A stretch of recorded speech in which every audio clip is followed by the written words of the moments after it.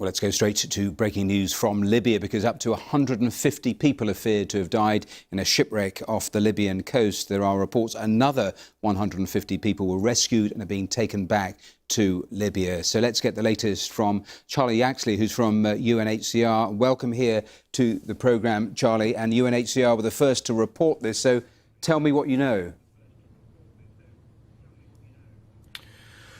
Well, we know that a group of around 300 people left from Al Homs in Libya. Their boat then came into distress and were rescued by local fishermen and then by the Libyan Coast Guard, who assisted as well. 147 survivors have now been returned to Libya, and we're providing them with aid and assistance, and they tell us that they estimate another 150 people died at sea, and that figure would make this the largest shipwreck of 2019. And this tragedy comes just weeks after we saw more than 50 people die in an airstrike on the Tajura detention centre in Libya. So this has to be a moment now for a change in approach to the Mediterranean situation in Libya that sees more search and rescue boats operating at sea, and more done to release people from these detention centres. Saving lives now has to become the core priority. I'll come back to that point because I was going to ask you about it in a moment or two, but the survivors have been taken back apparently to Libya or en route. Now, UNHCR has repeatedly said that survivors should not be taken back to Libya. Why not? And if not back to Libya, then to where? Well, when people are brought back to Libya by the Libyan Coast Guard, they're provided with assistance at the disembarkation points, but afterwards they're automatically taken to these detention centres that are run by Libyan authorities. We know that conditions inside these centres are appalling. There's insufficient food, not enough water.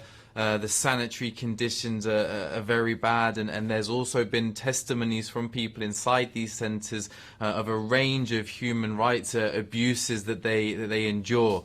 And we have called for many months for an immediate end to this system, the immediate release of people inside these detention centres, but also steps taken to prevent people ending up in there in the first place. Yeah, we're calling on countries in the region on both sides of the Mediterranean to come forward and offer alternative ports of safety. All right, just a final question, because you touched on it. Now, MSF have restarted their rescue boats in the Mediterranean. We now have a new leadership in Brussels within the EU. Is this the moment for a rethink, and what do you think that rethink should actually take us towards? Well, first of all, we need to see the role of NGO boats conducting search and rescue operations acknowledged. They've saved countless lives at sea in recent years, and their efforts, for that, they should not be criminalised nor stigmatised. At the same time, we need a return of European state vessels. Programmes like Mare Nostrum were crucial in preventing loss of life, and the EU must now really consider returning to search and rescue operations on the Mediterranean.